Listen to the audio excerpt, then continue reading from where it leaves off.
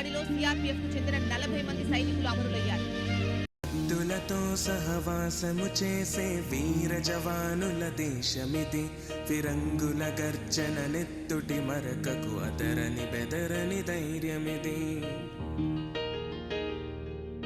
నా దేశమనే ఓ పత్రముపై హస్తాక్షరిగాను మారావు, నీ బంధాలన్నీ వదులుకొని మా అందరి బంధువువైనావు.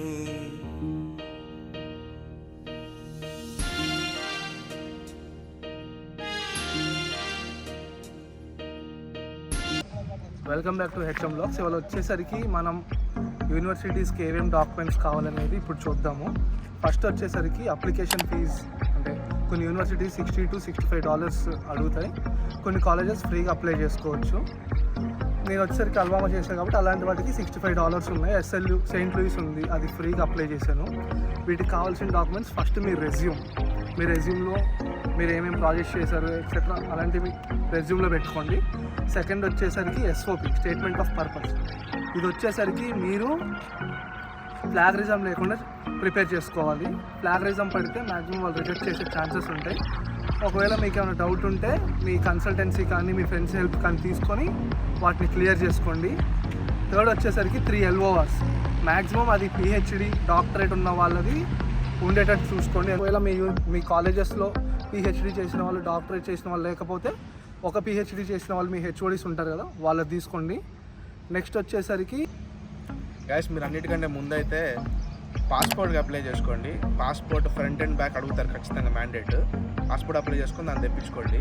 దాని తర్వాత ఏంటంటే కొన్ని యూనివర్సిటీస్ పర్టికులర్గా మనకి GRE and TOEFL or IELTS scores అఫీషియల్గా రిపోర్ట్ చేయమని అడుగుతాయి. వాళ్ళకి మనం ఆ వెబ్సైట్కి వెళ్ళి మనం రిపోర్ట్ చేయాల్సి ఉంటుంది. దానికి ఏ యూనివర్సిటీస్ అడుగుతున్నాయో లేదో ముందుగా మీరు తెలుసుకోండి.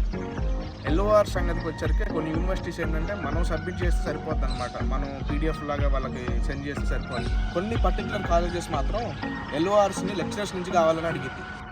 ఈ పర్టికులర్ యూనివర్సిటీస్ మన లెక్చరర్స్కి మెయిల్ పెడతారు. మీరు ఆ మెయిల్ కరెక్ట్గా ఉండేటట్టు చెక్ చేసుకోండి. వాళ్ళు మెయిల్ పెట్టగానే మీరు వెళ్ళేసి మీ LORs అప్లోడ్ చేయించేస్తే అక్కడితో వాళ్ళ డ్యూటీ కంప్లీట్ అయిపోతుంది. నెక్స్ట్ వచ్చేసరికి మీరు 3-2 వరకు మీకు మెమోస్ ఉంటే 3-2 వరకు అప్లై చేసేసి కొన్ని యూనివర్సిటీస్ అప్లై చేయొచ్చు. కొన్ని యూనివర్సిటీస్ 4-1 రిజల్ట్ కూడా అడుగుతాయి. సో దీనికి మీరు మీ కాలేజ్ లెటర్ హెడ్ మీద మీరు ఆ రిజల్ట్ ప్రింట్ తీపించుకొని మీ HODతో మళ్ళీ మీ ఎగ్జామ్ సెషన్ వాళ్ళతో స్టాంపు సిగ్నేచర్స్ పెట్టించుకుంటే అవి కూడా యాక్సెప్ట్ అవుతాయి 4-1 రిజల్ట్ కింద. నెక్స్ట్ వచ్చేసరికి మీరు సపోజ్ డిసెంబర్లో లేదా నవంబర్లో అప్లికేషన్ స్టార్ట్ చేస్తే యూనివర్సిటీస్ ఒక 1 వీక్లో ఇచ్చేస్తుంది వాళ్ళ డెసిషన్.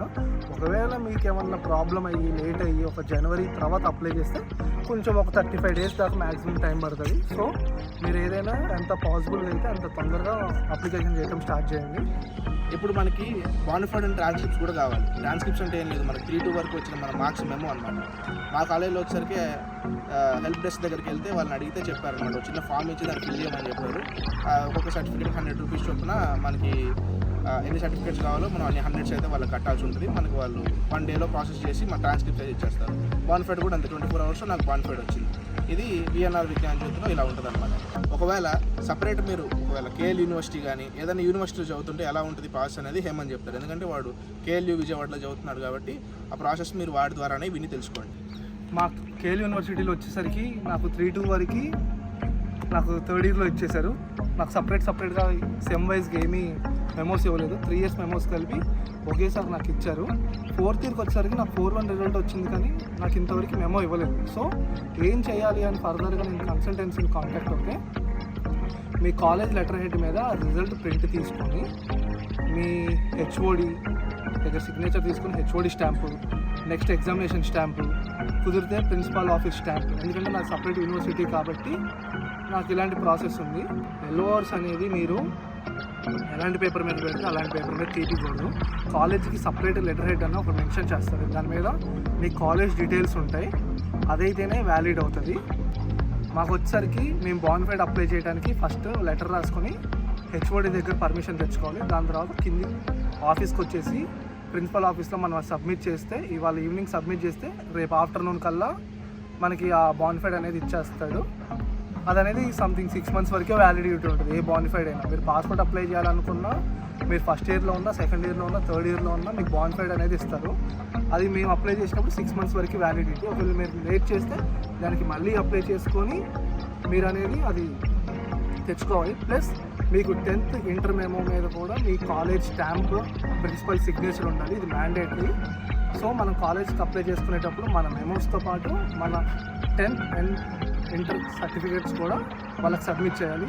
అది కొంచెం కలర్ జిరాక్స్ లాగా ఉండేటట్టు చూసుకోండి. సపోజ్ మీకు దగ్గర ఒరిజినల్స్ లేవు, మీ కాలేజ్లో ఉన్నాయంటే మీ కాలేజ్ రిజిస్టర్ ఆఫీస్కి మెయిల్ పెడితే వాళ్ళు మీకు సాఫ్ట్ కాపీ అనేది ఒక 2 daysలో సెండ్ చేస్తారు. ప్రెజెంట్ వాళ్ళు సెండ్ చేయలేకపోతే మీరు వెళ్ళి ఒకసారి కాంటాక్ట్ అవ్వండి. ఇట్లా నేను మీకు మెయిల్ చేశాను సార్, నేను ఇలా మాస్టర్స్కి వెళ్తున్నాను, సో మీరు నా సాఫ్ట్ కాపీ పంపించండి.